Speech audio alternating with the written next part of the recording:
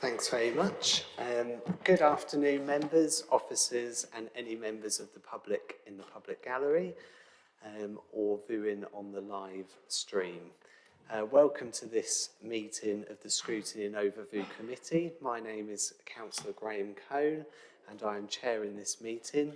My Vice Chair is Councillor Stephen Drew, sitting to my right.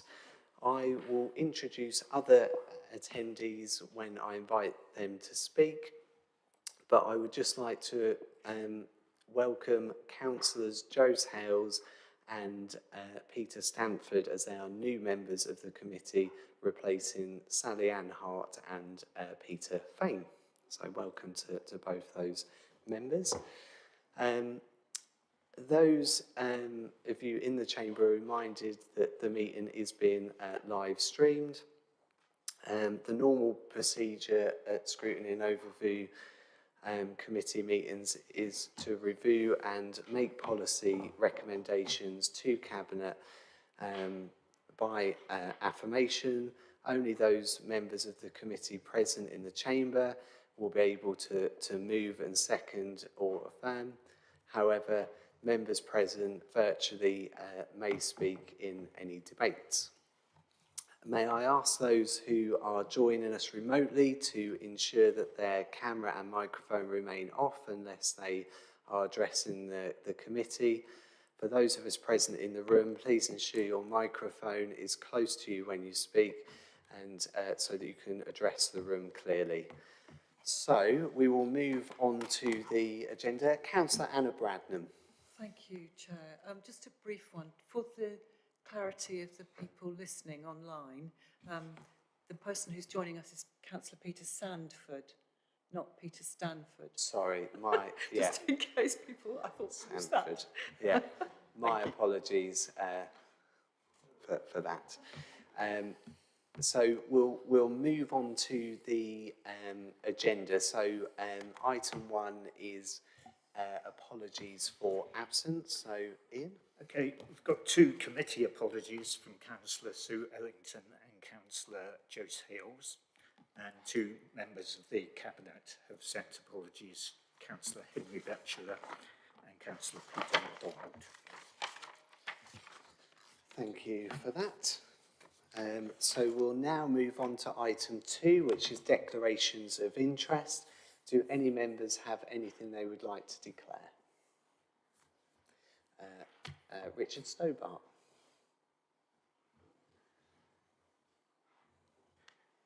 Chair, thank you. So I'm a board member of South Cambridgeshire Investment Partnership, otherwise known as SKIP, and also South Cambridgeshire Projects. In relation to both of those, I have to say I have an interest in future supply of housing in the Greater Cambridge area, but also perhaps in the what we would call the travel to work area. So I, through my other registrable interest in both of those organisations, have an interest in their financial success, which may involve also the supply of housing to South Cambridgeshire District Council. So from that point of view, I have taken advice, and the monitoring officer has, we've had a back and forth, and I will not be asking questions that concern themselves with future housing supply. And I do have questions on other topics, but if you respond to my request to ask a question, I think we'll just revisit that point and I'll explain the background to the question. Thank you, Councillor Richard Stobart. Councillor Sanford. Thank you, Chair. I'm a member director of Ermine Street Housing, which you probably know is a wholly owned subsidiary of the council and financed by the council, and I will temper my questions accordingly. Thank you very much. Councillor James Hobrone. Thank you, Chair. So I'm in the same situation as Councillor Sanford, being a non-executive director of Ermine Street Housing through my membership of this council. And so I will act accordingly. I don't believe that it's necessary to leave the meeting, but thank you. Agreed. Thank you for that. Anybody else? No? Okay. So we will move on to item 3, which is minutes of the previous meeting. Has anybody got anything that they want to add to the minutes or points of clarification? Councillor Judith Rippeth. So just to say that I'll abstain since I wasn't at the meeting. Thank you for that. Anybody else? Okay.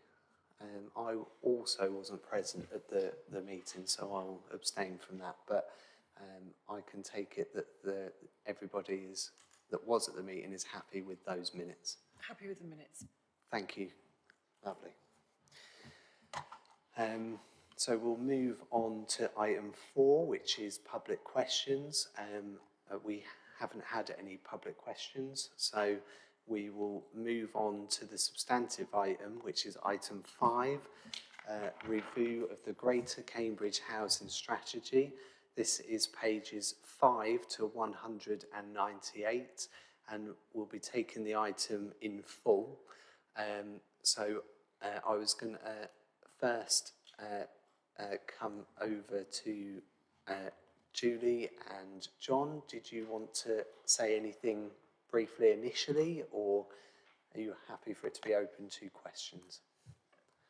Well, yeah, I just make a few comments, if I may, Chair.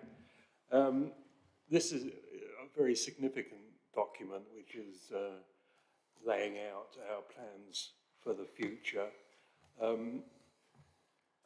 Well, I leave it to the questions to see what you feel are the main issues in it. But I'd just like to say, and I hope that you would agree with me, that this is quite unusual for large reports that come to us, in that it's very accessible, it's laid out in a very sensible way, and it's quite easy to find your way through it. And for that, I'd just like to pass on my thanks to Julie Fletcher and her team for a brilliant job there. Open to questions, Chair. Thanks very much, Councillor Batchelor. So what I'll do is open it up to the committee and take questions on the report. Who would like to start?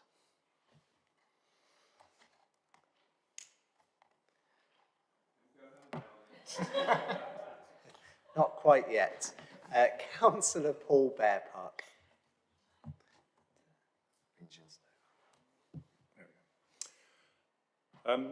Yeah, I was looking in the introductory comments on paragraph 22. It said 10% of in response to the consultation, 10% of the individual respondents who said where they lived came from South Cambridgeshire. So I kind of was wondering, does that mean that you can extrapolate and say that only 10% of the respondents came from South Cambridgeshire in total?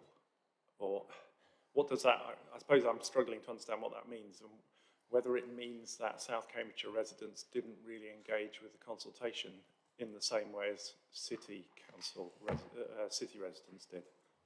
Thank you. Councillor John Batchelor. Thank you very much, Chair. I'll pass that straight over to Julie. That sounds like a technical question to me. Thanks very much. Thank you, Chair. Can you hear me okay? So you're quite right in terms of, so when we asked a question in the consultation, on the online consultation, it asked where people either lived or where they worked. Not everyone responded to that question, so we've got quite a few that are unknown. But yes, only 10% stated that they either lived or worked in South Cambs.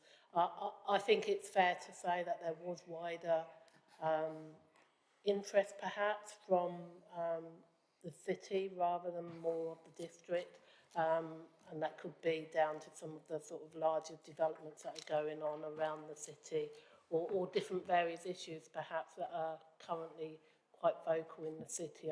I'm not sure of the reasons why, but we did go out to every parish council in terms of our consultation. We did also hold briefing sessions with sort of developers and the housing providers because they were quite key stakeholders within that. But in terms of sort of general public, the response rate was probably a little bit poor, I think, in terms of self-cams, and perhaps, you know, when we do it another time, perhaps we need to think about that and how we can engage a bit more with our residents in that. But they had every opportunity, like city residents did as well. So, yeah, I can't give you a real explanation as to why, but that is the reality.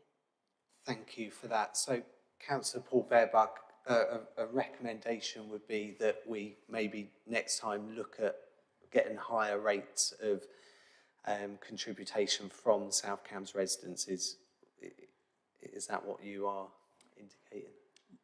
Yeah, if possible. I mean, the number of responses in total was quite low. I mean, if you know, if you compare it with the Waterbeach Neighbourhood Plan, which I was involved in, we probably had twice as many respondents. Yeah. So I know the local plan gets lots of responses, but it just seemed a bit low, a bit disappointingly low, I think. Yeah. It's difficult, isn't it? Because I can remember all this work being done and it going out to residents and parish councils and it being in the literature, the magazine, online, and so it wasn't like it wasn't advertised in fairness. But I will, Ian will note that as a recommendation when we're thinking about ways that we can maybe get that interest higher. Albeit I know that's not easy given what we did last time. Did you want to come back on any of that or have anything else? No, that's fine. Thank you very much. Thank you for that. So I will come over to Councillor Richard Stobart. Chair, thank you. It's only a moment ago that I talked about my other interests, so it's probably fresh in everyone's memory.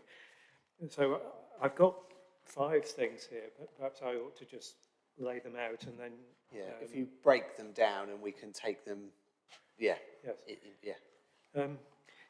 In this area, and particularly in the city, Chair, there's a pressing need for houses of multiple occupancy, HMOs, as they're referred to, and if I'm...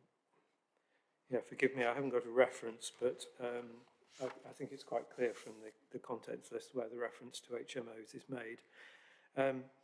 I was interested in, if you will, the companion concept of co-living, because we do have examples of co-living developments in the Greater Cambridge area, and I'm wondering about where the balance should be struck and how it should be reflected in the strategy document. So that's my first question, HMOs and co-living.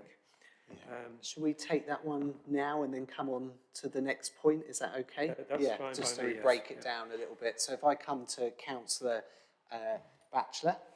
Yep. Thank you very much, Chair. Yes, HMOs is certainly part of our strategy, but the reality is that we find that it's quite limited in that the people that it suits isn't a wide audience, if you like.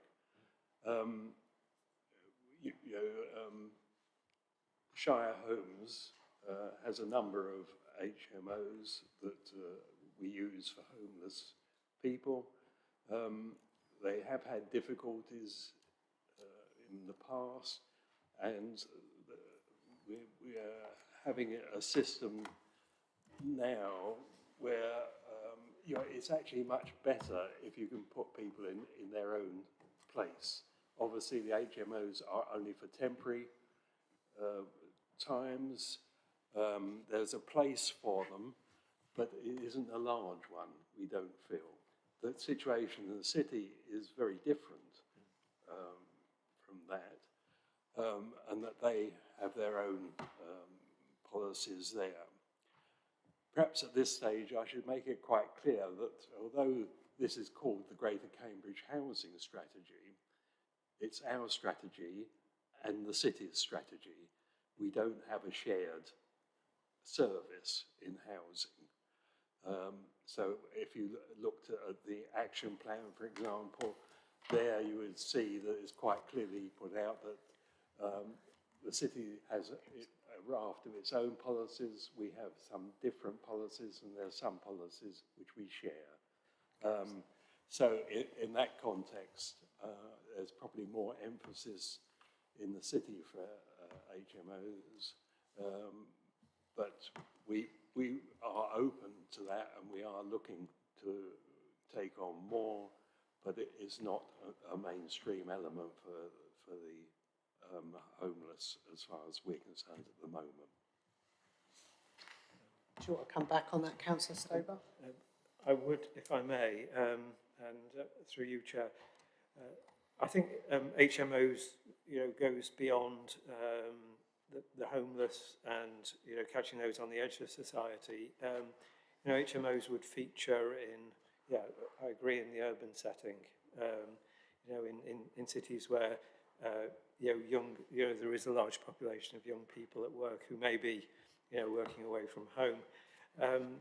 I was interested in this contrast between HMOs and co-living, because in co-living there is kind of a drive to establish community, and that's something that we're often calling out for, is a stronger sense of community.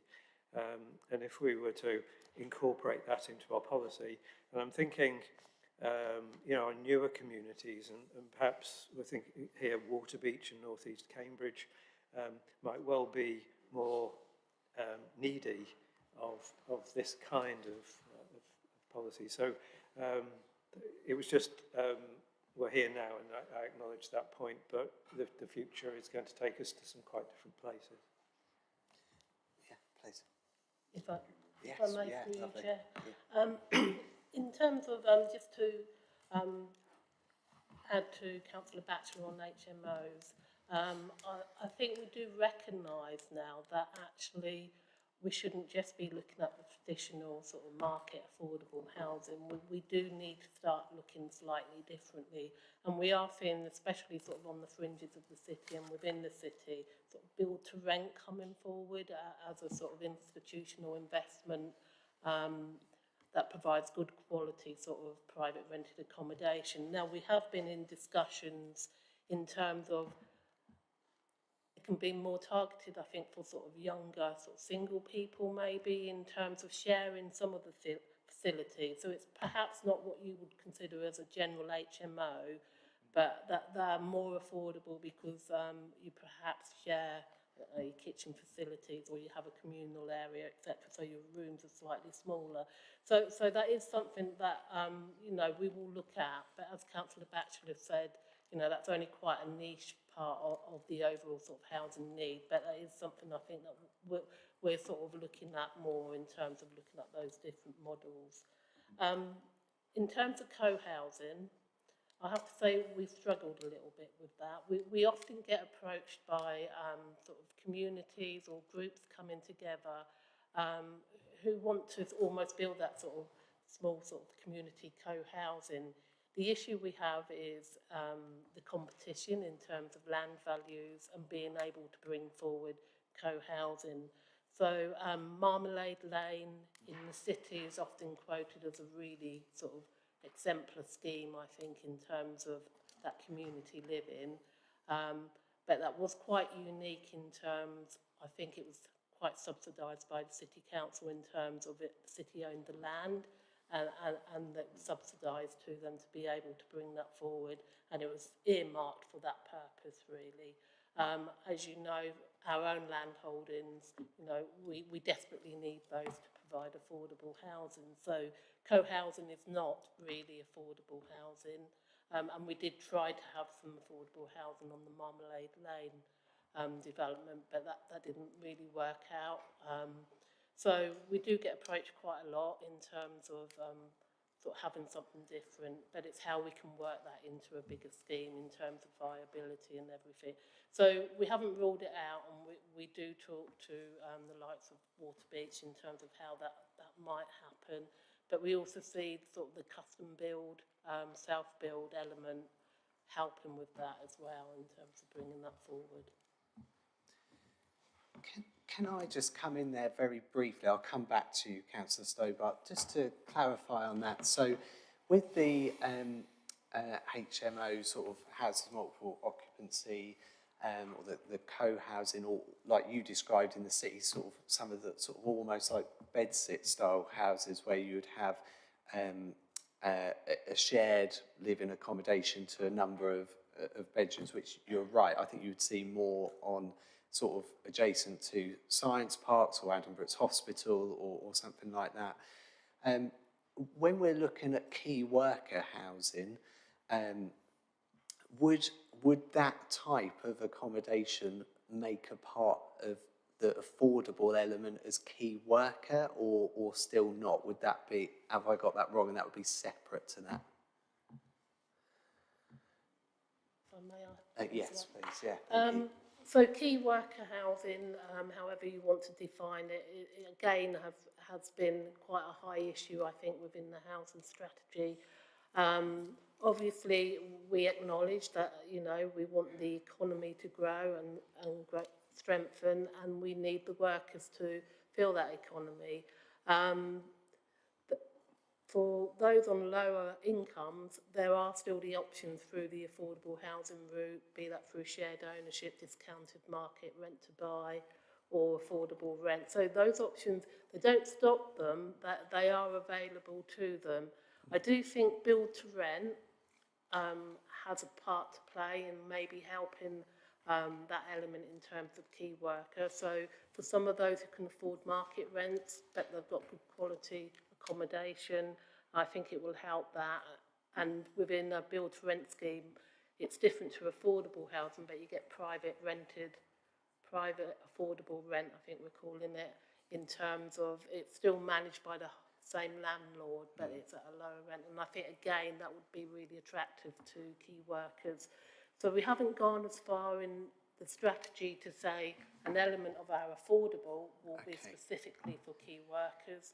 But what we have said is on specific sites, so like for Waterbeach, because of the scale of the development, we feel that, you know, there's sufficient there that we can allocate some priority to people who work locally. So that's how we're tackling it at the moment. But as I'm sure you're aware, we've also sort of accommodated the Genome campus, and that's a very different type of housing. And, you know, if there are opportunities to look at something similar, we wouldn't rule it out, but obviously we would have to look at that very carefully. What we're very conscious of is that it shouldn't detract from our affordable housing that's available to those in real need. Okay, and that sounds sensible. So we still have the whatever the percentage affordable on that site, and this would be almost additional to that if the site viability allowed it, or if it's situated correctly within the district. What I'll do, Councillor Stobart, I'll come back to you for another question, and then I'll move to someone else and come back to you. So please go ahead. Thank you, Chair. So a completely different subject, rural exception sites. So again, in the strategy, it's covered well. But I wondered about the implications and the actions that this places on parish councils. I know parish councils were included in the discussion, of course. It's very much a parish council matter, and somewhere between a parish council and local housing needs survey. But I wondered if, you know, when we were talking recently about enhancing relationships with parish councils, whether this is something that fits with that stronger relationship, and whether there's something additional we can be doing in respect of, you know, the expertise of the parish council, their equipment, and also members. You know, interaction of members with parish councils, I think, can create a kind of environment where something like rural exception sites can be developed. So the question is, what are the implications? We've talked the strategy, it fits, rural exception sites fits well into the strategy, but are there implications for parish councils, parish council expertise, and also the members in their relationship with parish councils in bringing sites forward? Also, are we going out, as it were, beating the bushes, looking for rural exception sites, those landowners who are just prepared, you know, to take that hit on land value in order to bring rural exception sites forward? So, yeah, I hope that's coherent. Yeah. Okay. Councillor Batchelor. Yeah, Please. thank you very much. Yeah, I mean, it's an interesting subject, rural exception sites. The history of that in the recent times has been that virtually none have come forward, because of the expectation of better profits in the private sector. But that's been changing recently, where we have had a number of landowners coming to us proposing exception sites. There has been a change in our attitude about how the mix of properties and so on, so that with the shared ownership and in some circumstances we might allow a few market houses as well, if that actually provides viability financially for the project.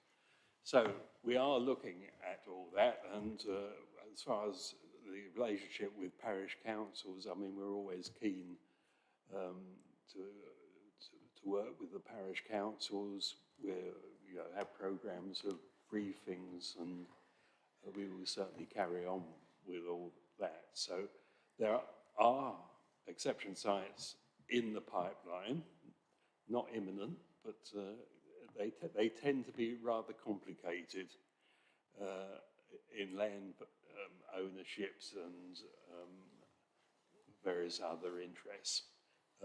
But we are aware of it, and it is part of the strategy, and we do have the policies in place to pursue those. I don't know if that answers your question. Would you like to come back on that, Councillor Stobart?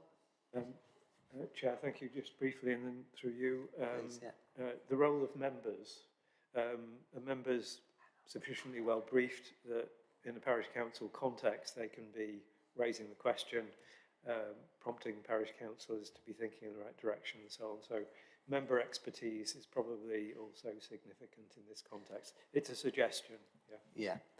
And just to build on, I agree with Councillor Batchelor in that they can be quite complex. So we've had a rural exception site in Fulbourn, which has been very successful, but I think they can be quite complicated to bring forward because of the engaging with local members, parish council, the landowner, and then also putting an application forward that is viable, which might sometimes have some private for sale market houses on that to make the rest of the site viable. Just very briefly on that point, do you think that with rural exception sites we should have sort of a within this document almost a strategy of what type of houses or we would want to see on that, or do you think that would be variable depending on parish to parish, and if we should, would that be different to our normal affordable housing mix? So like the one in Fulbourn has got the shared equity rental split, almost 50-50 on that. Would you like to see more rental, more shared equity, or a particular type of housing coming forward on those future exception sites? Briefly, sorry. Yes, thank you for that. Well, yes, is the answer, I suppose, but don't forget, you don't go forward with an exception site unless you have a needs survey. So the needs survey will in itself dictate the mix of housing and so on. Thank you for that. Councillor Anna Bradnam. Thank you, Chair.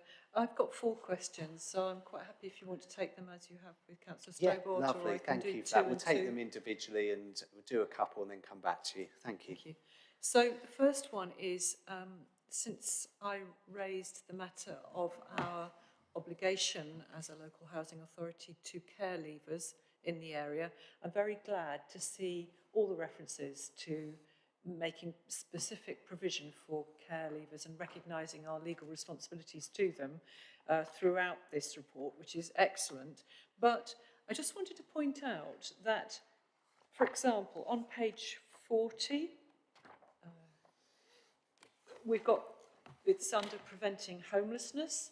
And so in that sense, we're looking at making sure that care leavers don't fall into homelessness. And so they are listed, they're included in a list which refers to vulnerable groups such as rough sleepers, care leavers, those suffering from domestic abuse, mental health issues and or drug and alcohol addiction or leaving prison.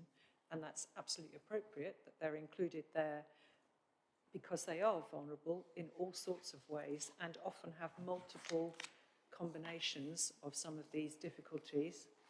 But I also wanted to applaud your inclusion at page 177 when you're looking at the summary of comments and homes for specific groups, where you've, in the second bullet there, you said need to cover housing for younger people, including young professionals as well as care leavers. So rightly and appropriately, you've included them as young people with potential and, you know, who will be working and looking for accommodation.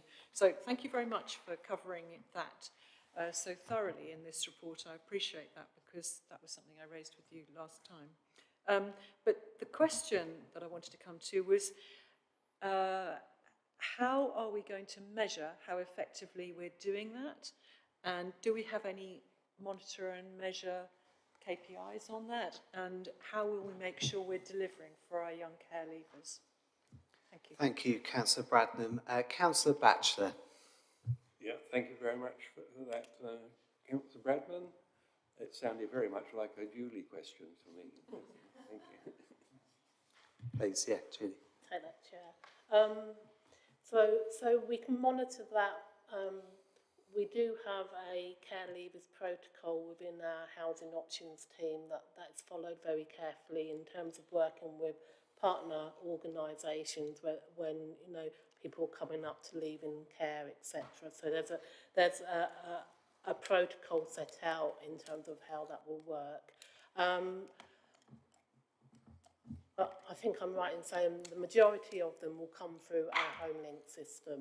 So they will be monitored via that. So we can pull off information from our HomeLink in terms of how many people we've got as care leavers, how many have been housed, how, you know, where they've been housed, etc. Have they had support to move, etc. So we can do that. That probably sits with our housing options and the homelessness team. I'm not trying to pass the buck, but that sort of the role that they do in terms of working with those key organisations, really to make sure that they're supported through the system. But the majority of them, you know, just need that little additional support really in terms of finding a home and making sure they can sustain that tenancy so they can go through the system as into general needs accommodation. Please, yeah, come back. Thank you very much. And, you know, what's clear to me working with some of the young people in our county who are care leavers is that they're often very resourceful young people because of what they've lived through. So but you're right, they often need just a little bit of support at that early stage. And one of the things I just wanted to be sure about was that we are categorising care leavers as band 1 on HomeLink. I understand we should be. So if it's possible to check that, and I'm not saying you can answer that now, but if it's possible to check that, that would be great. Thank you very much. Thank you. I'll wait for another question. Thank you. Councillor Judith Rippeth. Thank you, Chair. The document refers quite often, and as it should, to the issue of service charges. And on page 68, on the paper edition, as policy position, although as I understand it, it's really difficult to influence this, and I don't think have much control over service charges, as it says in the social rented sector, which obviously if it's our own council housing, that's okay, but if it's another provider, I'm just sort of wondering, is there any way in which we can actually control this aside from encouraging? you know, reasonable rates and not those which go above inflation. Thank you, Councillor Rippeth. Councillor Batcher. Yes, thank you very much for that. I think, as you implied, that probably the answer is no, but there may be ways of, well, I mean, the government was bringing forward legislation which would have touched on this area, but of course that's all fallen now, because that is part of the you know, the business about landlords and their responsibilities and so on. So I don't know if Julie has anything to add to that. My Chair, Yeah, thank please. you. Just on service charges, I think what we've tried to do within the strategy, we realise that it is a bit of an issue, but sometimes the design and what the developer is looking to do or what is being asked for them through planning can actually have implications in terms of service charges. So what we've really sort of tried to emphasise that within the strategy to take, you know, to consider things like adopted roads, lifts, etc., communal areas, everything like that, just to consider what impact that has on service charges, just to be mindful of that when designing sort of new schemes. I think also just to be aware in terms of affordable rents, that is inclusive of service charge. So actually, if the service charge is really high, then the housing provider loses out because they can have to charge lower rent because there's a cap within rent and service charge. So that helps to keep it sort of at a slightly lower level as well. In terms of the private sector, we have no control really in terms of service charges. And I think, you know, it will be market led, what people will pay. So if there's a concierge or something like that in the flatted block, then obviously you're going to pay for that through service charges. Councillor Rippeth.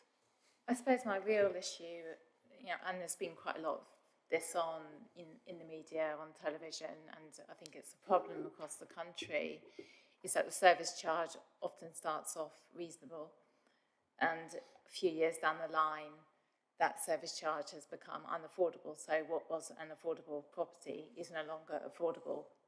And you're just confirming to me that there is absolutely zero we can do about that, really, unless it is the affordable rent sector, as you've already explained, and it's really clearly laid out on page 68. I just sort of wondered, it's another quote from that page, furthermore, once the development is built, there should be an active approach to reviewing service charges on a regular basis to help minimise costs. But in effect, I'm getting the message that that's not going to happen unless an incoming government puts a cap on in relation to inflation. Just to confirm that I'm right in my assumption. Yeah, Julie. Just to come back on that, Councillor Rippeth, that relates purely to affordable housing requirements. So that is within the social housing sector. So it isn't trying to say that we can do that through the private sector, because clearly we can't. But what we are saying, that service charges should be monitored for the affordable housing, and we can have some sort of controls on that, and they are controlled through sort of the regulator of social housing as well, in terms of service charges and rents that are paid. Thank you. Thank you. Councillor Leaming. Thank you, Chair.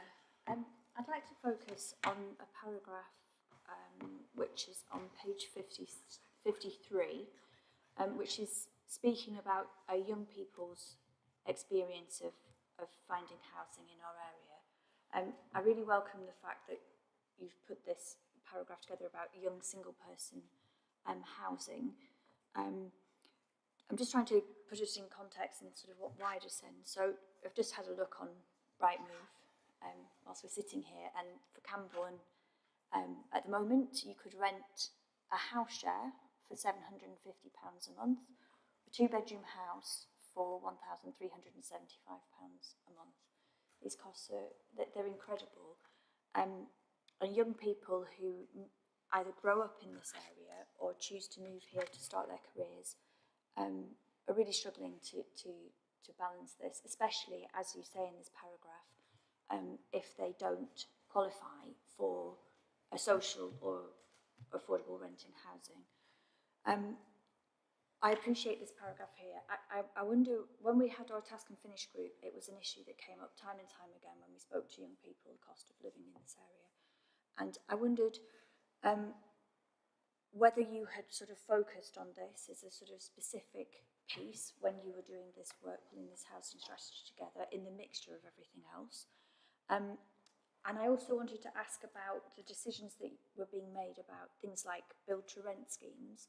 So when you're building, sort of allocating build-to-rent schemes, are you focusing primarily on 1 and 2 bedroom properties or larger properties? Has that demand changed over time? Just very much with young people's experiences at the front of my mind. Thank you. Councillor Batchelor. I think I'll hand that to Julie, if I might. Julie. Thank you, Chair. Okay, so I completely agree in terms of, the affordability of housing across the district is astronomical, which is why we really push for the affordable housing as much as we can, but recognise that not everyone is going to get an affordable rented property. That's why we're very keen, especially on some of our larger sites, to have more of a mix of different types of accommodation. So at Northstowe, we've now got the Northstowe discounted market housing. So they are primarily 1 and 2 bedroom properties, and they're sold at a discount. So hopefully that would help, a certain group of single young people. And going back to really like build to rent, you're completely correct.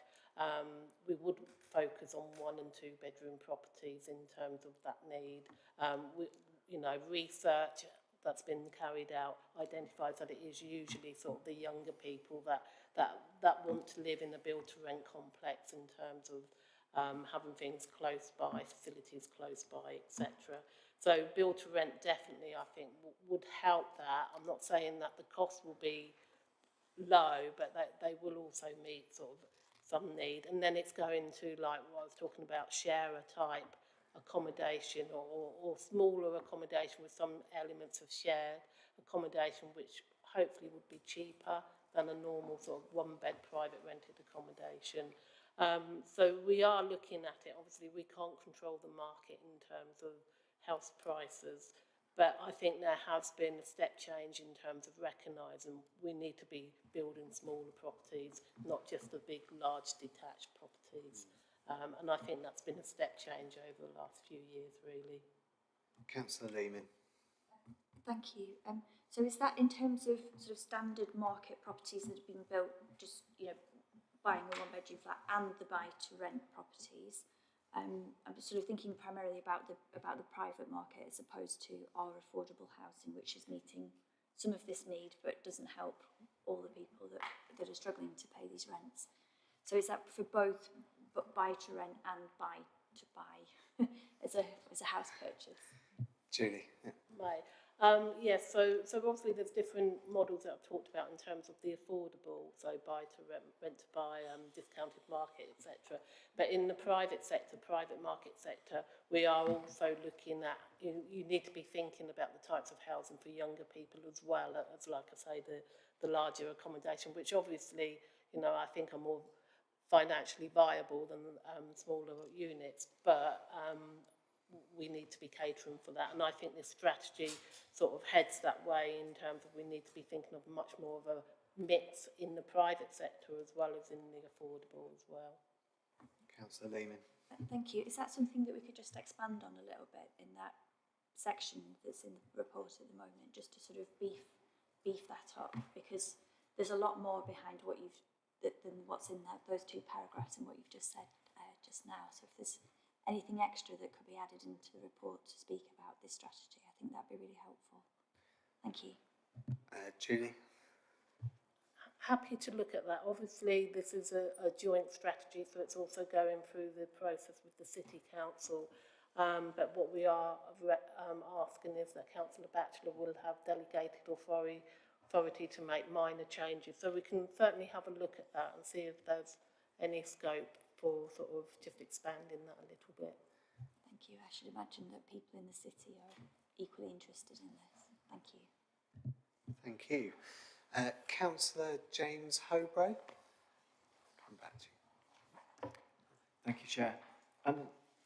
First of all, I'd like to say that this is a hugely readable and informative document. I mean, it's clearly meant to be readable by members of the public and not just members of the council. And I think it's a real achievement to have this level of detail in such a presentable form. I mean, to flesh out that compliment a little, then in particular, I think having the links to all the related policy documents for anyone that actually wants to dig into this is exceptionally useful. And I mean, I find it useful, and I'm sure that any members of the public who go into these documents would also find it useful. So I wanted to say thank you very much to the officers for making it such an accessible document. I did have a couple of specific questions, if that's okay, about the environmental issues around new homes and existing homes. So I wondered if I could ask the question on the new homes. So this is with reference to page 25, mitigating and adapting to climate change. And I think my comment would be that if I were a climate campaigner looking at this and I had heard that South Cambs is green to the core, then I would be looking for a little more concrete detail in what we plan to do on new homes. So I just wondered if where in this part of the document where we're talking about our plans for new housing and how energy efficient that new housing is, if it's possible to be a little more specific. For example, in the extent to which we'll be using on-site renewable energy. So all of these things are mentioned. We talk about high-quality energy and water-efficient homes. We talk about on-site renewable energy, low-carbon technologies. But there's very little that says how much of our housing, for example, will be and what they will be having. So, I just wondered if it's possible to have something a little more concrete in the document at that point. So your recommendation would be more detail on those points, essentially? Something a little firmer in terms of our commitment to making our new housing stock really energy efficient. Okay, thanks very much. Councillor Batchelor. Yes, thank you very much for that. Perhaps it would be helpful if I just outlined how we actually come by our affordable property, because we're not building anything at the moment. What we do is buy out of the Planning 106 allocations.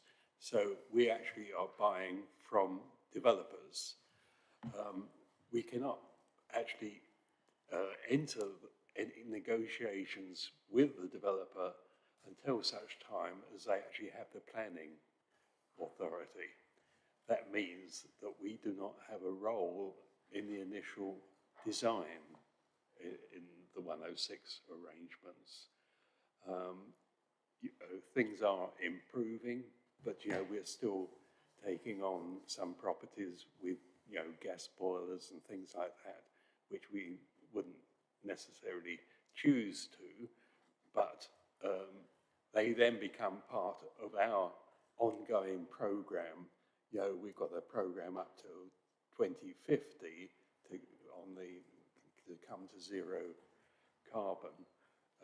So we've got a massive refit plan which will cover all these things in due time. But of course, it's a massive job.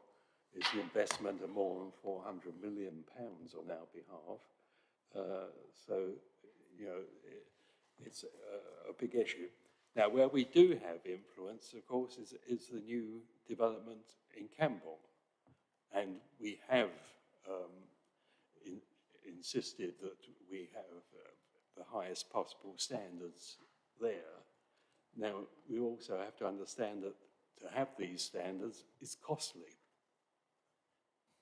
But every house we brought up to passive standard for the project in Camborne, it's cost us £28,000 per property on average.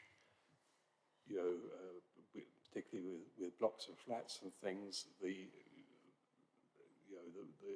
foundations and the walls have to be much thicker and all that sort of thing. So we're doing what we can, and we have a robust program for refitting our whole stock. But this will take time, it'll take money, and we have to bear in mind that we have quite an old stock. The new homes element is quite relatively small compared to the 4,000 or 5,000 houses that we have, which we inherited. I hope does that answer your question? Councillor Hobro. So thank you very much. Very comprehensive answer. I suppose the two concerns I had, first of all, is that we are using all the levers available to us to try and maximise what we're doing with new homes, and I think Councillor Batchelor has assured me that we are. And I think secondly, to perhaps if there is a way to indicate some of that detail a little more in this report, I think it would be comforting to see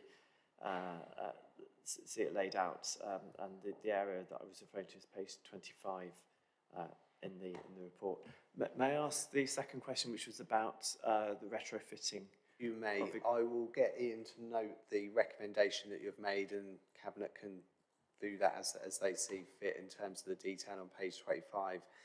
Yes, move on to your second question. So my second question, which I think Councillor Batchelor already touched on in his answer to the first, was about the retrofitting of existing housing stock. And I noticed that we do have, so we have a clear target with a date on it on page 31, which I think is excellent, which is to bring all houses up to EPC rating C by 2030. I did notice that, unfortunately, on the previous page, Cambridge do not have a date for their similar target, which is a bit disappointing. There's also a mention of solar panels, and I wondered if there are any numbers or dates that we could be more specific about in that area. And I had an associated question about the retrofitting, because there are some very easy wins in retrofitting. For example, a lot of older houses have very poor loft insulation, and improving the loft insulation is exceptionally cheap and easy, but it only gets you so far. The really good retrofitting is very expensive. So I wondered if there's very little detail in the objectives and the plans here on how we're spending that money, and I just wondered if we could have tease out some of the detail on to make sure that we've done everything we can in terms of the easy gains before spending the big bucks on these much more expensive external insulation kind of approaches. Thank you. Thank you very much. Councillor Batchelor. Yeah, thanks very much for that. Yes, so we've just carried out a condition survey of all our properties, and that is currently being analysed. Once we have that, we can actually have a proper costed programme for the next 5, 10, 15 years. So we're working on that, and we hope to have that ready for November, December. There is already a significant retrofit programme ongoing, and I do have some numbers here of the sort of thing that's been happening and how many has happened. So we've had air source pumps installed in 295 properties. We've had double or triple grazing in 4,971. We've external wall insulation 254, cavity wall insulation, 3,628. Adequate loft insulation, 4,000. Yeah, and on it goes. So there's a great deal of activity going on, and we have a particular group of workers who are constantly on that one. So I'm not sure if we can provide more numbers on that, or if they are actually in the annexes somewhere. Thank you. I don't think we do at the moment, actually, in terms of those specific numbers, but I was just thinking we could probably add them to our key achievements appendix. What we tried to do was actually keep the actual strategy body itself quite concise, so it didn't get too technical in terms of numbers and everything. And also, just to mention, we have an asset management strategy for our own council stock. The housing strategy is obviously much wider than that. So the detail is more in the asset management strategy. And as Councillor Batchelor has said, within the strategy, we do mention that we're currently working on a costed 5, 10, 15-year plan, which will then give us proper figures following the stock condition survey. So that's one of the key actions, and then following on from that, we'll work through that. But I can certainly have a look at our key achievements bit and maybe add a few sort of things that we have done so far to some of the figures that Councillor Batchelor has quoted there. That's helpful. I think that seems a reasonable proposal in terms of the appendix and the key achievement, putting some of that. Would that seem a reasonable recommendation? Yeah, that's very helpful, thank you. So I suppose I was really looking for a little, a bit of assurance in the objectives on that balance between the cheap and quick and easy gains versus the longer term investment, and how our money is being balanced between those two types of improvement. Yeah. Thank you very much. Okay, so I think that's noted, and yeah, brilliant. Thank you for that. So I'm going to come to Councillor Bradnam, then Councillor Stobart, then I've got Councillor Bygott, and then, yeah, Councillor Lehman. So Councillor Bradnam. Thank you. Am I allowed 2 this time round? Yes, please do. Yeah. Okay, so I have some more after that, but I'll go with the 2 at the moment. So on page 54, we're looking at Gypsy Roma traveller accommodation and the fact that the councils have commissioned an assessment. Now, in my role as a county councillor, I think I was involved in looking at this traveller needs assessment, but I'm aware from that point of view, and indeed from our district council point of view, that a number of the meetings have been cancelled. So I just wanted to check, on page 146, we've got a list of, I hope I haven't got mixed up my references, but let's see, 146 was a list of achievements. Perhaps I'm getting mixed up there, but... It's on page 54, that section, but if that's what you were... Oh, yeah, that exactly, but the point was, have we actually... It says we're expecting to have the needs assessment report out by mid-2024, and we're sort of there in June, and I wondered how we're getting on with that and whether it's likely to come soon. Thank you for that. Councillor Batchelor. Right, thank you very much. I believe we actually have a meeting on the 8th of July. Okay, good. Monday, 2 till 3. Okay. Obviously, we as you would be aware, perhaps, that we already commissioned the survey once, but that had to be abandoned because the returns from the subcontractor didn't include actually visiting the sites or speaking to anybody from the Gypsy traveller community. I mean, so we've employed, that's why it's taking so long. But they have actually done it now, I believe, and we're waiting for the report. And hopefully by the 8th of July, we'll have a look at it at that meeting. Good, lovely. Thank you very much, Councillor Batcher and Chair, thank you. The next one was great that we've employed an officer to help bring empty private homes back into use. I mean, I think that's excellent that and I believe that officer has made a big difference to the number of houses that are in use. I just wanted to ask, what is the progress on that? And are there, what is the number of homes that are empty, and how do they plan to move forward with that? Councillor Batchelor. I'm not sure it's actually my responsibility, that, but I thought it was environmental health, but... Okay. Okay. Yeah, so I don't have the numbers, I'm afraid. Okay. But I think that might be worth adding in because it was referred to on, let me just see, hang on, I may note the page number. So I think it was on page 146. I think it was listed under the achievements of, we've managed to bring lots of houses back into use, which is great, but I couldn't see it. Councillor I'm Batchelor. advised it's 146. It's the fourth bullet from the bottom. Yeah. So that was 20 homes, and I just We're wondered... working on it, evidently. I mean, my recollection, I think we had a review or a report recently, if I remember. I think there's about 10 properties are being brought in recently.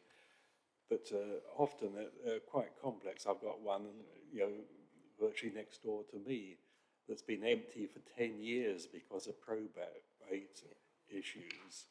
And these are really quite complicated, and, one officer is not going to be able to sort all those out. I appreciate that. But, there's a return. Good, thank you. I'll wait for my next two. If you do, you want me to? Thank you. Yeah, we'll move on and come back to you. Can I just very briefly build on the point that Councillor Bradner made about the travelling community? I agree with you. I think it's going to be very hard to effectively plan for that until we've looked at the report and had the numbers in July. In terms of the strategy around that,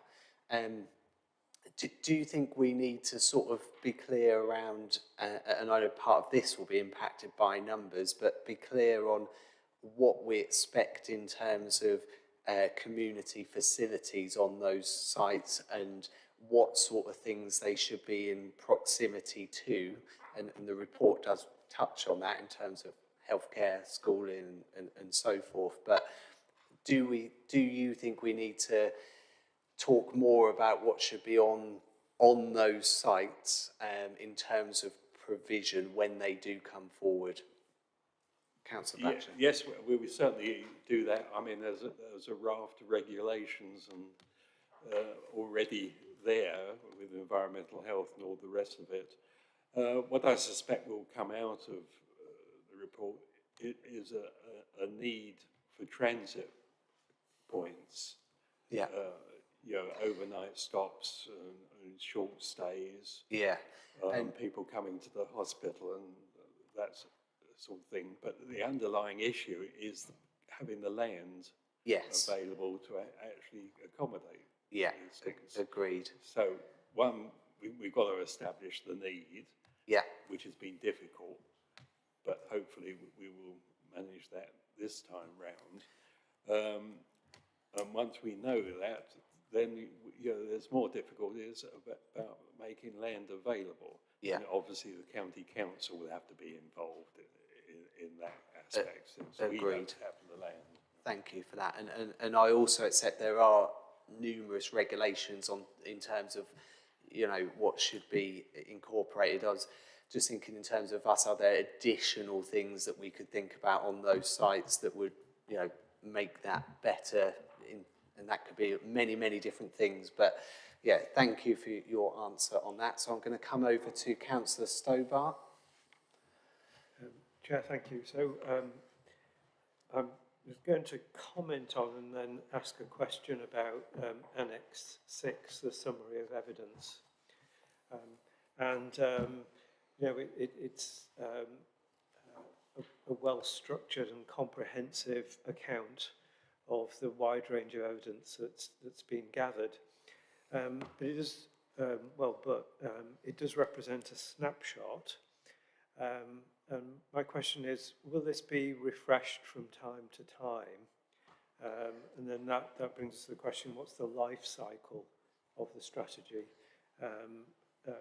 Can we expect, you know, perhaps in 12 or, you know, 18 months' time to see the evidence refreshed and maybe some adjustments made? You know, what's the period of that?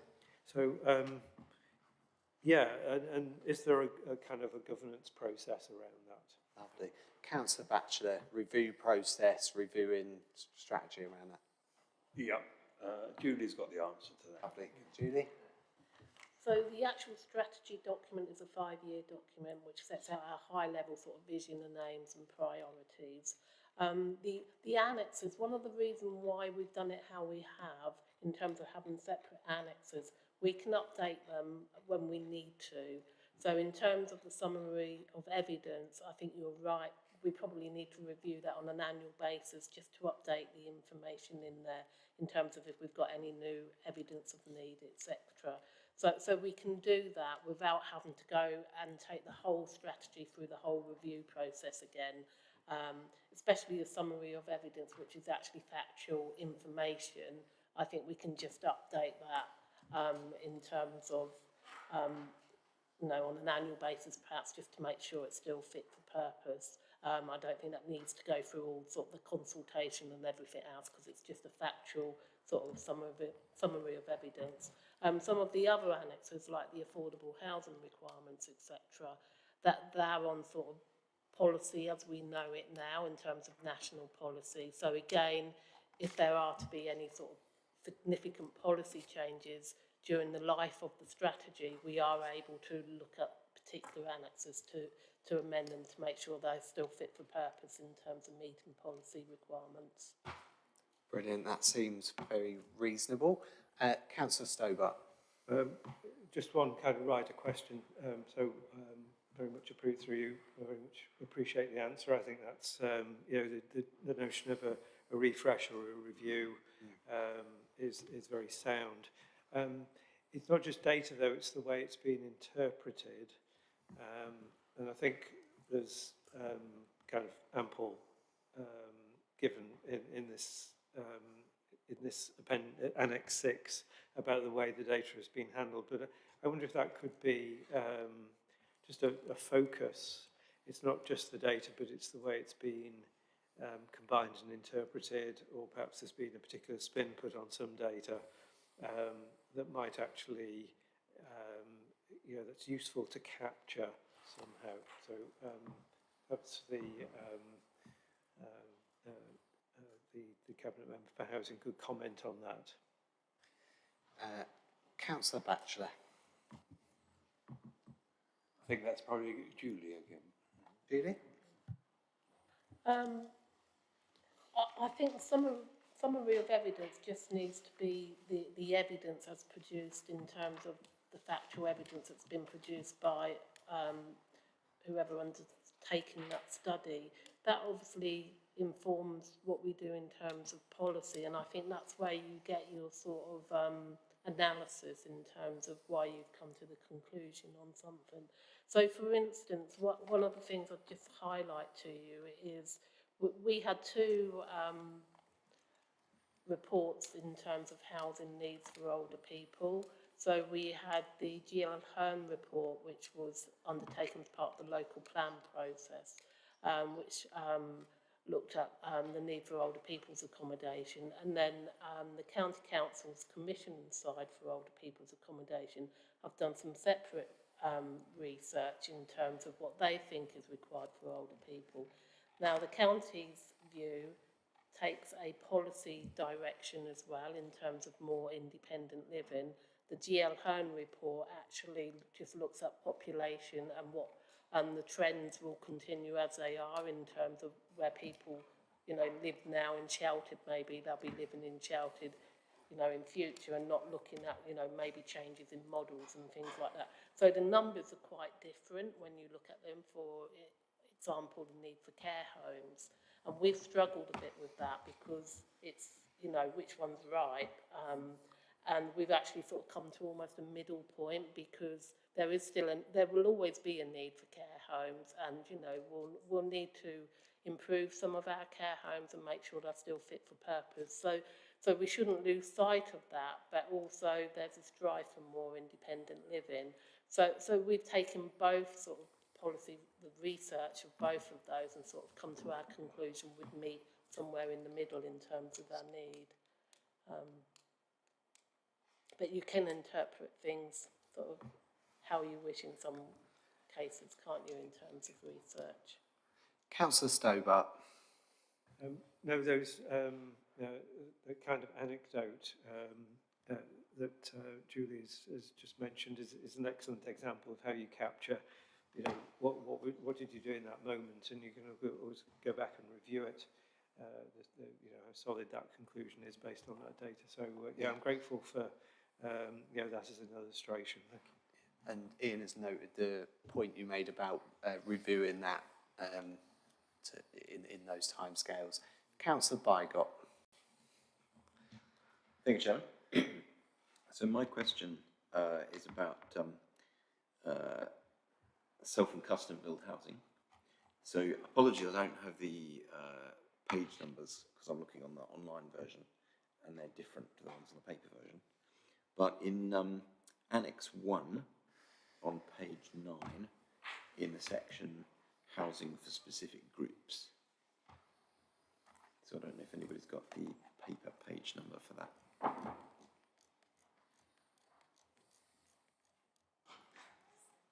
Page 56.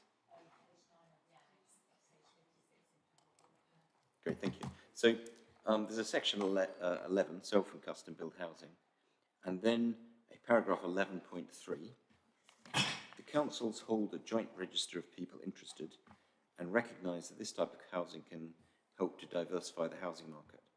We will seek appropriate provision of self and custom built homes on new developments in line with national planning policy, etc. In the Annex 6, it comes, summary of evidence, it comes back to the same issue in section 9, which is page 8 of Annex 6.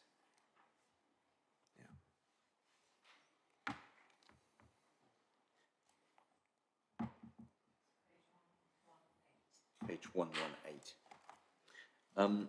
So it says, paragraph 9.1, the council's self and custom build register identifies the number of people wishing to either self-build or purchase a custom build home and the number of planning permissions granted.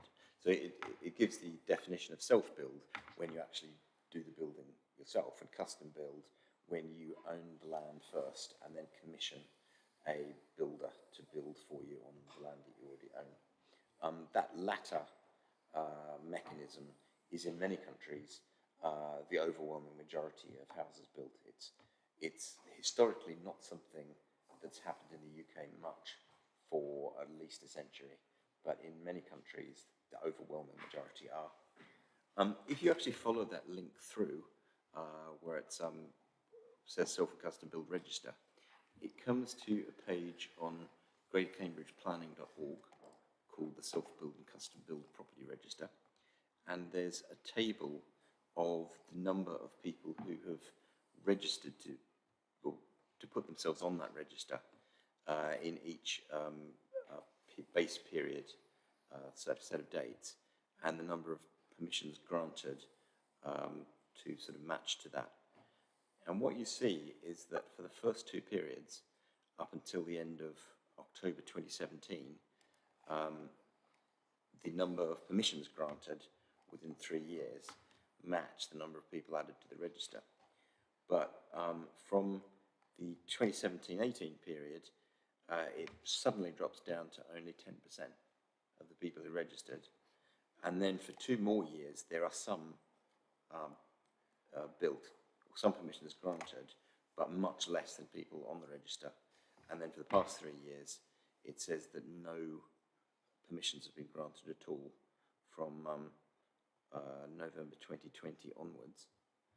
So I make that 733, a cumulative shortfall of 733 between the permissions granted and the people added to the register. So my question is, what is happening with self-build register, and why is it that so few permissions have been granted? Councillor Batchelor, please. Yeah, thanks very much for that. First off, self-build is a planning obligation on developers.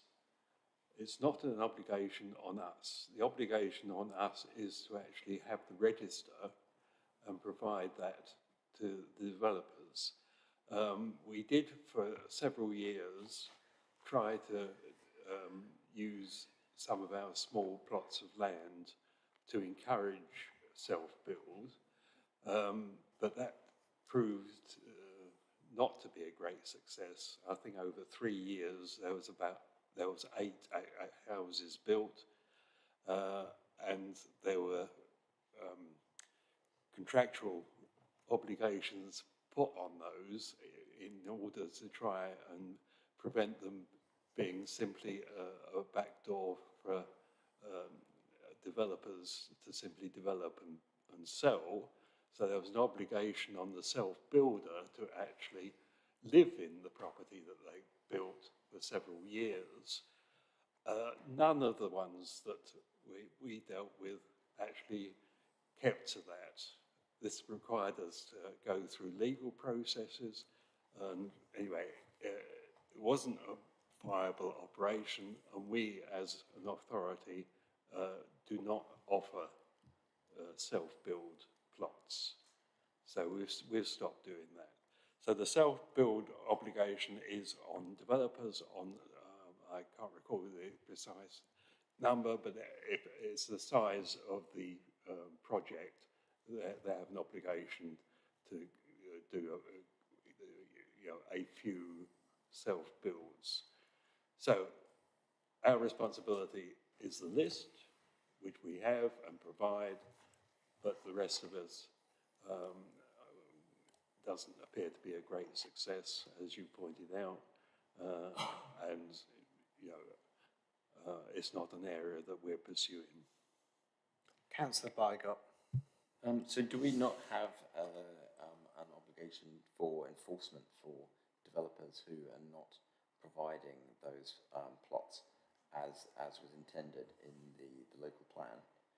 And these people who have been added to the list, so as I said, I counted 733 that have added to the list and not been had permission granted. Do we know much about these 733 people, and do we believe that they are genuine people who want to have a self-build or custom-built property? Councillor Batchelor. Technical question going to Julie. Julie? Thank you. This is really sort of within the remit of our planning colleagues, I think. I'm unfortunately not got the expertise to drill down into the figures. If I may, I would suggest that we provide a written response to that so we can make sure that we're giving you the right information in terms of your question on what's published here on the self-build register. Happy with that, Councillor Bygott? Great, thank you. I look forward to that. Perfect, lovely. I'm going to move on then. Councillor Leeming. Thank you, Chair. It's a very small thing, actually. On page 68, in paragraph 8.1, there's a typo. The rest of, I was trying to say the document's really clear, really good to read. But there's a bit of you need a full stop and a space in the middle of that paragraph. It's a bit squished. Thank you. Okay, so do you want to note that? And yeah. Yes, please, Chair, but sorry, I didn't pick the number. It's page 68, and it's paragraph 8.1. It's in the service charges section. So there's two sentences that have got crushed together. Thank you. Lovely, thank you for that. I'm going to come to Councillor Hobro, then Councillor Bradnam. Councillor Hobro. Thank you, Chair. So I have another question about improvement of existing housing stock, sort of in a little way following on from my previous question. But this is with respect to the key achievements. So I'm talking about page 145 in the pack. Yeah. We have a clear list of really strong achievements on our council housing stock, which I think is very impressive. But of course, a large number of, the majority of housing in the district is privately owned. And I noticed that the City Council has listed some achievements on advice for homeowners in retrofitting their properties, and they've gone as far as producing a document in 2022. So my question really is, do we have, or might we consider a similar programme, or at the very least perhaps using what Cambridge City have done, although their document is clearly related to the kind of housing they have in Cambridge, and it would be only partly appropriate for the range of houses we have in the district. So really I was looking for comments on the whole issue of encouraging homeowners to bring improvements to their own properties rather than the focus on our own council housing stock. Thank you. Councillor Batchelor. Thank you very much. So if I understood that, this is the private sector you're talking about. Yeah. All we can do with the private sector is, provide advice, isn't it?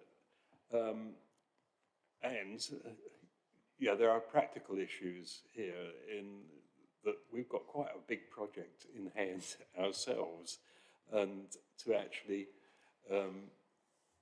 take on responsibilities for the private sector as well, I'm not sure is terribly practical. We do have obligations, as I understand it, to encourage good practice, particularly with the developers themselves, and at that stage. But I'm not sure that we have a role. Let me just check that I've got that right. Is it? All right, thank you. Yes, just to say, I think the sort of guidance you were talking about, that is within our action plan to do this year. So we are looking at something similar to what the city have produced. And Councillor Batchelor is quite right. Most of it we can give is around advice, etc. We are also part of the partnership in terms of sort of providing energy grants, etc. And again, that's in the action plan in terms of what we will do going forwards this year. We're also doing some sort of analysis of the housing stock more generally, so I think that will help to identify sort of areas in terms of sort of poorer housing maybe that need sort of targeted sort of help maybe. So that's all work that's being carried out through our environmental health department in terms of private sector housing. Councillor Hobro. So thank you very much. I appreciate this is all about advice, but it's part of the sphere of influence which is there in the document, and I'm really pleased to hear that we're planning to do something along the lines of what I think looks like a very excellent advice document that's come out of the City Council. So thank you. Thank you for that. Councillor Bradnam. Thank you very much, Chair. Right, so this is observing something missing. It came up into my head when Councillor Leeming pointed out about the costs of renting and whether costs were affordable, and that she mentioned, rentals of £700 a month, and for shared houses and small houses at £1,375 a month were not affordable. And so as a result, a lot of our elderly residents perhaps in some cases, because they have no other recourse, they end up living in park homes and park home estates. And they are, as a result of that, extremely vulnerable to the vagaries of the landlord. And I just wondered, I know they're a part of the private rental sector, but I know I have had a recent conversation with a tenant in a park home and said, is there any way that you can get onto our home link register? And that person said to me, I've looked and absolutely I can't, because I cannot afford any of the homes on the home link register, because and it chimed with me when Councillor Leeming mentioned those prices, because that was the sort of quantum that she had referred to me as not being affordable to her. And, you know, a lot of people in park home sites are extremely vulnerable. Often they're elderly, often they have a remit that they can only be rented to people over 50, which immediately puts that into, you know, people who are older, retired, perhaps on benefits, but perhaps also getting not very well, and who have limited resources. And I just wondered if we have any recognition of, or whether we have any responsibilities to people in park homes. Councillor Batchelor. Thank you. Well, I'm sure we do. But the first thing is that the particular person should actually be pursuing benefits. If they can't afford £700 a month, which for our area is low, we work on the basis that affordability is 35% of your disposable income. So that's the measure. I mean, you know, if we have a responsibility, and she should come to our housing advice officers, who will, I'm sure, direct them to a suitable outcome. Julie? Yes, please, if I may. Just on the point you mentioned HomeLink, I would be surprised at that, because obviously we've got quite a high proportion of sheltered housing within our own council stock, which is at social rent.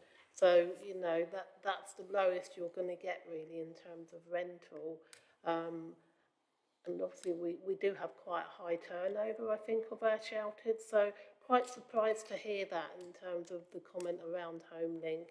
If she is on a very low income and struggling to afford a private rent, then she may well qualify. So as Councillor Batchelor said, she's probably better off talking to our housing options team, because it doesn't sound quite right in terms of what she was saying in terms of HomeLink.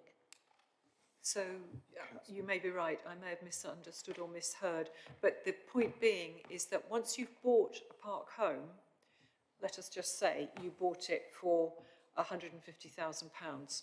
Some of them have been sold for that sort of price. If you then try to move out of it and sell the property, it goes back to another person buys it, but they don't. If they were to buy it at 140,000, a tenth of that goes directly to the park home owner, not to the person who's selling the park home. So immediately that person loses 10% of the value of their home. And often, because these are people who are elderly and vulnerable, they're often, that's their only resource. So I just wondered if somewhere in this report, under the other forms of affordable housing section, which is section 10 on page 69, or Annex 2, page 11, I just wonder if we need to be mindful of that there is this sector of housing which is sort of outside all sorts of other protections, and I would appreciate it if we could put something in with regard to that, I appreciate that may not be easy, but I wondered if we could, because I think it's quite, just take it, we have one park home site in my own village, or used to have, but in another of my villages, in the 3 where I'm a district councillor and my colleagues are too, we have at least one other park home site, and in another village we have, I think, 3 park home sites. And so, you know, this is a considerable proportion of the affordable housing in our area, which is available to the elderly. Okay, I'll leave that thought with you, and I'm sure you'll look into it if you can. But my last question, you'll be pleased to hear, is, but it's a fundamental one. And I can see Stephen Kelly's on the line as well. That's interesting. And nice to see that he's there. But the other point is whether we have a strategy to replace our affordable homes, because I know in previous legislation we haven't been able to use the income that we get to build more affordable homes, and I know we're now buying from developers, but do we have a strategy for replacing our stock of affordable housing? This may be blindingly obvious in the report, and I might have missed it, but it would be great. Councillor Batchelor. Thank you very much. I'm not quite sure I understand the question quite. So are we talking about disposing of the very old elderly housing and building new, or what? No, I mean, I suppose what I'm saying is, have we got a strategy for building at all? Can we have a strategy for building new affordable homes? We have a very active strategy for building. This last year, we keep saying building, but we purchased 109 houses to increase our stock. This followed 91 in the previous year, 89 and 64 then. This year, we currently have either under contract or planned 100, 25, 26, we have got 140, 26, 27, 132, and so on. So in the pipeline. So there's big projects going on, obviously, you know, in Northstowe and the new towns and so on.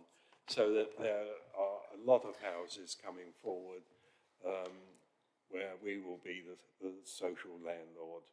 And at this moment, by 28, we've currently got 866 houses that we've all, this is since the Liberal Democrats took control.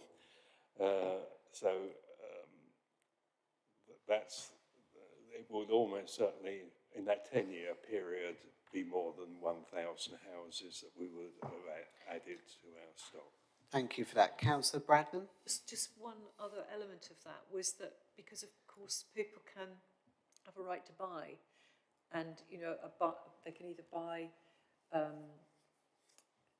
there's the shared element, but obviously we keep shared housing, we keep a stake in the property, but right to buy means that we lose stock as well. So will that be sufficient to replace the stock that is lost to us through right to buy?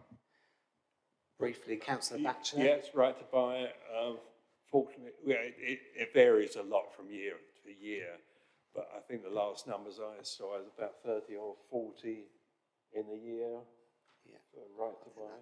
Yeah, so something of that sort of number. So we're net gain with our numbers. 30 or 40 a year. Yeah, but the other side of that is, of course, we've got 40% or 50% of the income from that the government lets us keep, and so that is reinvested in new property. Very Thank much. you for Thank that. you, Chair. Thank you. Councillor Paul Bearpark, please. Oh, thank you. These are all quite minor things. Just give me 1 minute. My laptop decided to restart. On page 31, there's the word insultation, which I presume is meant to be insulation. And on page 39, there's a repeated section. The other thing I just wanted to mention was in the on page 10, which is in the context section, it talks about the two councils' climate change targets and talks about city being net zero by 2030, but 2050 in South Cambridgeshire. And I think possibly that's because that's stated, that's possibly 2030, the city target is 2030 because that's its own estate. And the 2050 is from the target to have the whole of South Cambridgeshire district net zero by 2050. But if I had a quick look at the, I can't remember which document it was. It's gone now because my. Okay. No, I think looking at the council, South Cam's own targets. I think the target for its own estate was 75% by 2030. So I think it should be stated on the same basis. Okay, Councillor Batcher, can you comment on that? Those two figures. Yeah, thanks very much. Yeah, well, we're aware of the extremely ambitious target with the city. We don't believe it's going to be achievable. Ours is, a sensible assessment on the basis of our properties, their condition and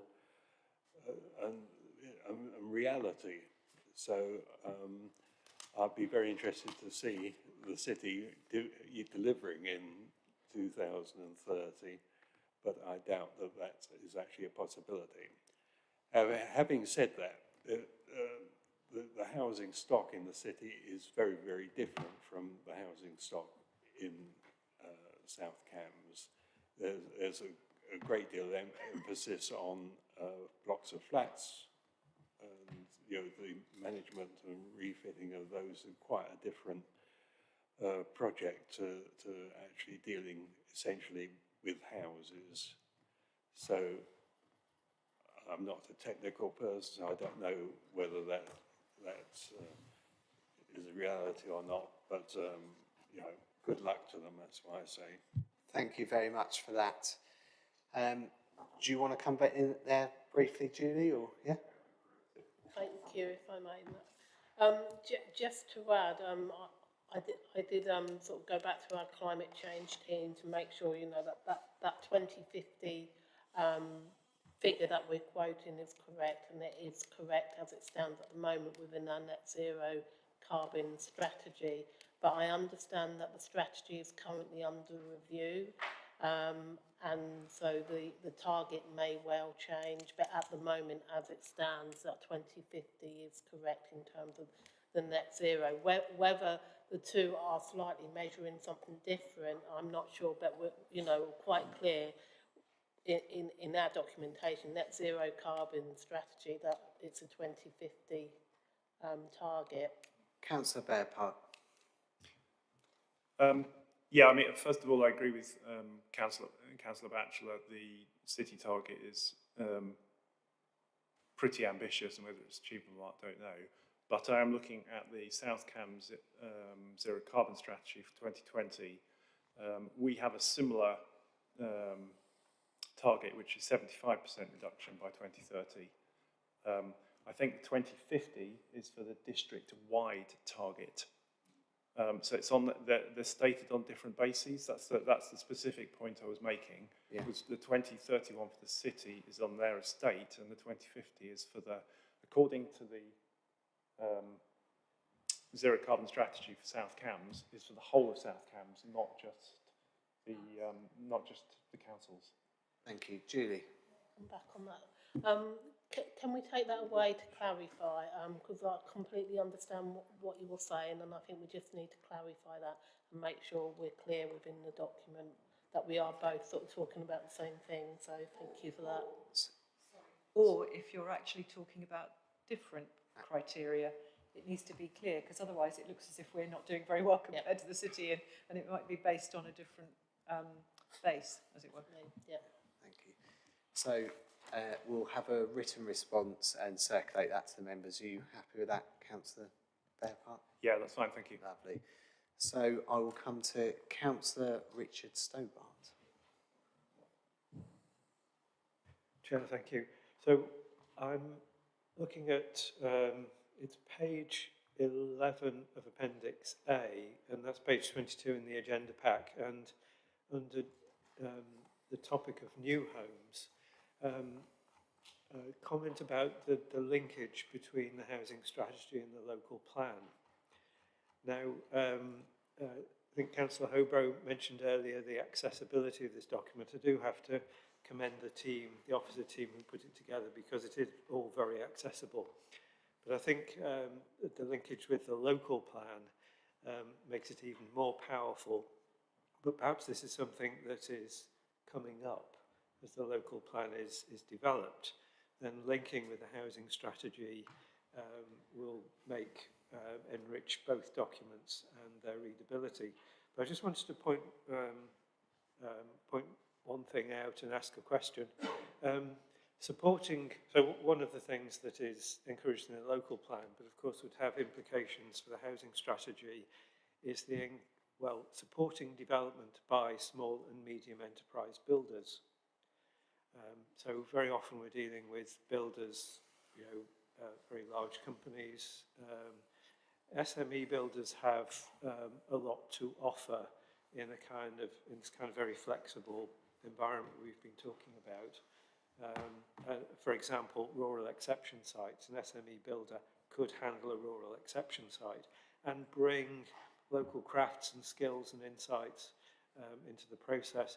So I was interested in the dynamic around SME builders, and because our business strategy is a lot concerned with SMEs, perhaps this is a kind of very much kind of multifunctional initiative that the council could pursue to the enrichment of the housing strategy. So a thought, but linkage between the housing strategy and the local plan looks great. It just enhances accessibility. Are you happy to take that on board as a comment in terms of how the document is, read and the linkage between the two? Certainly. Yeah. I don't know if Stephen was rather keen to come back on that one. I don't know if we need to take it any further. Really, I'm happy with the comment, and if you're happy to, yeah. Councillor Stobart. But is this opening, suggesting an initiative to encourage SME builders? Councillor Batchelor. Well, I'm not sure that we're in a position to actually encourage them, really. I don't know. I think this is a planning issue that Stephen is. Yeah. I don't know if you dared ask Stephen to expand on it. I think I'm happy with your answer on that. It's more of a planning issue, and the document is such that we want to try and encourage parish councils to consider exception sites and using those developers, but I think there's a limit to what we can do to encourage that. I would say I'm happy with that. Yeah. Are you happy with that, Councillor Stobart? More or less, Chair, yes. Yes. If you're not, do you want some more clarity? No, I think we've probably explored that enough in this context. It is there in black and white in the housing strategy. Yeah, it is. So, it's the implication is it will be acted upon. But I think it's a fine objective. Yeah, noted. So, have we got any other speakers? Any other questions? Councillor Stobart? Well, just one thing. I did comment on the quality of the work and the document, but I'd just like to underscore that. And then just one final question, the action plan that comes as the final part of the strategy is an excellent thing, because it shows what is being done by the various parties involved. But is there a governance and review process associated with it? If this time next year we're looking at maybe reviewing the housing strategy at Scrutiny, will we see that progressing, and can we ask questions about it? What's the governance process and our opportunity to scrutinise? Councillor Batchelor. Well, it'd be part of the usual management process. Obviously, I have a weekly meeting with the senior officers, and this will be part of that sort of review. I'm not sure about the formal dates, or whether we will report to Cabinet at some point. Perhaps we can check that with Julie. Thank you. I think we're open to, what suits members really, in terms of if Cabinet would like us to bring it back to Cabinet, then obviously that's what we'll do. And the same, if Scrutiny requests it, then that's what we'll do. We will be reviewing it on an annual basis. So Agreed. And obviously any members of the Scrutiny Committee could request that to be looked at any point as well. So lovely. Did you want to come back on that at all, Councillor Stobart? No, Chair, thank you very much. Thank you. Councillor Paul Bearpark. Just wanted to come back on something that Councillor Batchelor said earlier, and he talked about some big numbers related to retrofitting our own council house properties of about 400 million, I think he said, and also £28,000 for the passive house. I think it's useful to know those numbers, but it's also useful to know the numbers on the other side.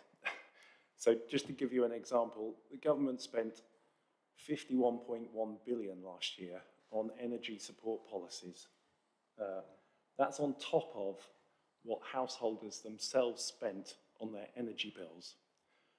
On top of that is what the IPC talks about in terms of the social cost of carbon, effectively the damage to the environment, and that's another $100 per tonne. So if you think typically carbon dioxide emissions from each house around about 12 tonnes a year, that's another $1,200 on top. So I just think it's important to balance those big numbers against the numbers on the other side when we're talking about these things. Fair comment. Obviously, this report is focusing on things within our remit, but a note around those additional costs is a fair comment. Did you want to comment on that, Councillor Batchelor? Well, just to say that obviously we're pursuing the grants. There is quite a bit of money. We've already secured more than £3 million. Anybody else? Councillor Drew. If I just go to page 28, first of all, I just notice that, apologies, I'm just sitting here ages waiting. I just noticed on page 28 in relation to new homes, in the Cambridge City Council section, it references the 40% affordable housing requirement in the local plan, and obviously brings that to the fore. In the South Cambs District Council section, it doesn't reference the 40% affordable housing target. Since everything that is in any report is obviously a choice and a decision, I was wondering if there's any reason why the City Council reference the 40% and the district and our District Council does not. Councillor Batchelor. I believe it is mentioned elsewhere, but not in this bit. So it's certainly, the 40% is our policy. Excellent. Thank you very much. Councillor Drew. Yep, and if I can move to page 53.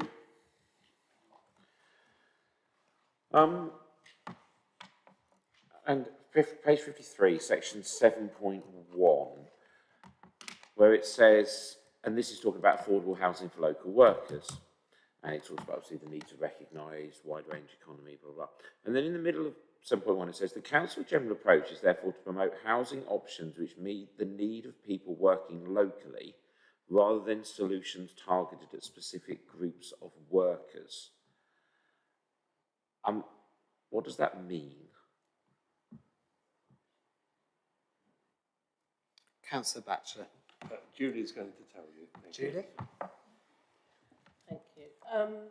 So what it means is, rather than specifically saying a group of people, so people working, just for instance, at Addenbrooke's Hospital as an example, we felt, everyone is essential to the work that they do, and actually it was more around promoting travel to work, etc. So it's more targeted at local workers rather than restricting it to a specific group.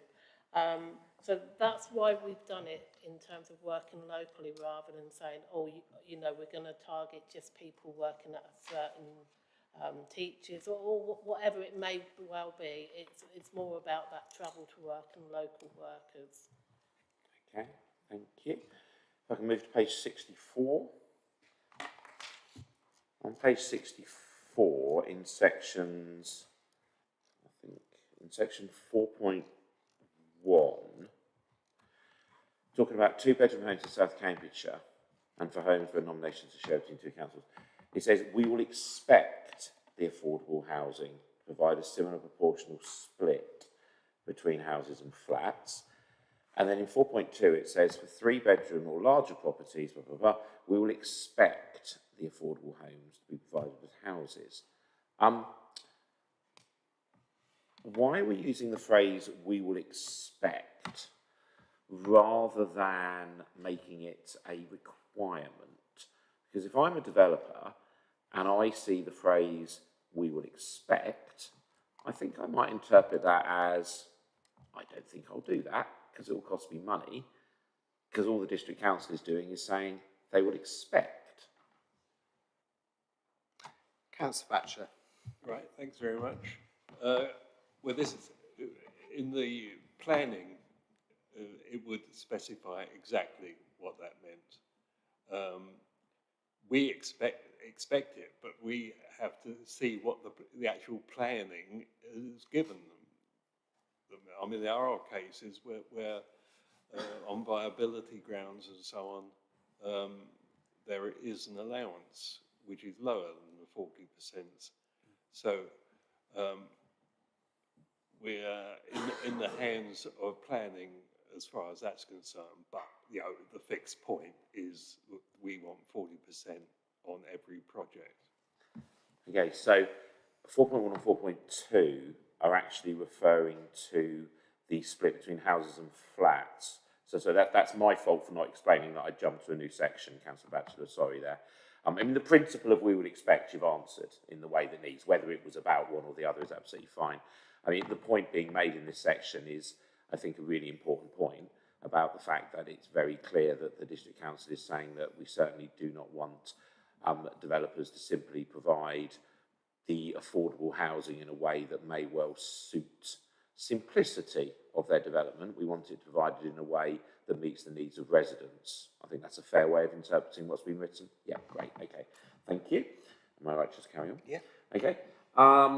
If I can just, I might make this, I suppose this is a point. You may choose not to respond to it, it's absolutely fine. And you've referred, Councillor Batchelor, a number of times to the aspiration, aim, policy, whatever we might call it, of affordability being that a household isn't spending more than 35% of its net income on housing. Now, if I go to page 91, there is a table 2, I think I'm going to, page 91. So, yes, so page 91 in 5.4, it kind of explains the fact that the policy document for housing is written around this promoted idea that we should aspire to affordable housing or housing generally being no more than 35% of their net income on housing costs. But it then explains, towards the bottom of point 5.4, that this is a incredibly difficult thing to achieve, and that unfortunately, if applied, is likely to make delivery of a scheme unviable. So I'm wondering what your view, Councillor Batchelor, or from one of the officers or whatever, is about the fact that a large amount of the kind of aspiration within this housing policy is made incredibly difficult to achieve by the fact that it may well make some housing schemes unviable. I'm wondering where the kind of balance sits for us in that. Councillor Batchelor. Right, thanks very much. Yeah, it is very difficult, and that's why we don't pursue every single opportunity. The baseline for us is the local housing allowance. So this is the government cap for benefit purposes. So we're looking to have a rent which is no higher than the local housing allowance. The benefit level, 40% of our tenants have their rent paid either in full or in part through benefits. So that's our position. We can't pursue everything, obviously, because it's simply not viable, as you pointed out. But still there are opportunities. We are currently picking up about a quarter of all the affordable housing that becomes available in our area. Excellent.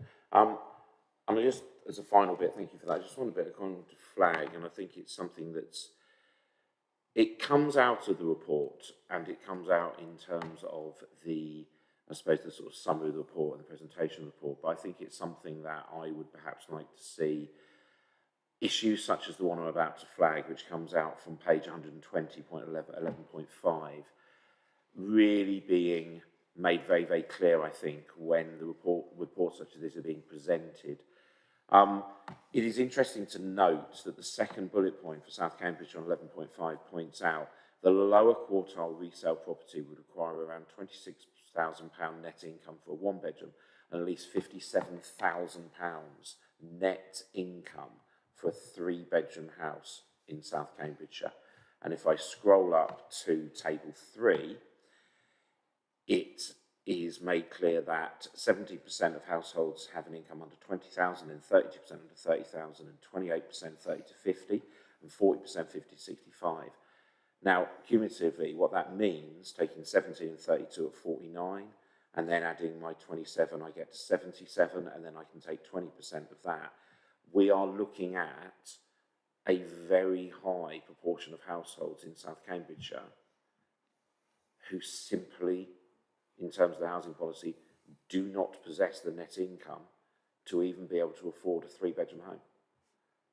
And I think that's something that really should be pushed very, very clearly in relation to this, so that everyone reading it and everyone understanding really does understand the crisis position that the council is attempting to deal with. Thank you. Councillor Batchelor. Noted. Thank you. Anything else, Councillor? No, I'm done. Thank you. Perfect. Anybody else want to speak on this item? Okay. Then we will go to page 5 in our papers, and I think if we look at the recommendations, we have thoroughly gone over the report that will go to Cabinet for them to take our comments and recommendations on board. Are we all happy that that takes place as recommended at point 3 on page 5? Is that agreed? Lovely. Thank you very much. So I'll go back to the agenda. So next on our list is the work programme. So that is pages 199 to 214. And I'd like members just to note the work programme and see if you've got any questions on that at all. No questions on the work programme? Happy with that? Okay. Thank you. Then that is our last agenda. I would just like to thank Councillor Bradnam, who has agreed to take the scrutiny report to Cabinet on the 25th of July. So thank you for doing that, Councillor Bradnam. And we will close the meeting. Thanks very much, everybody, for your attendance.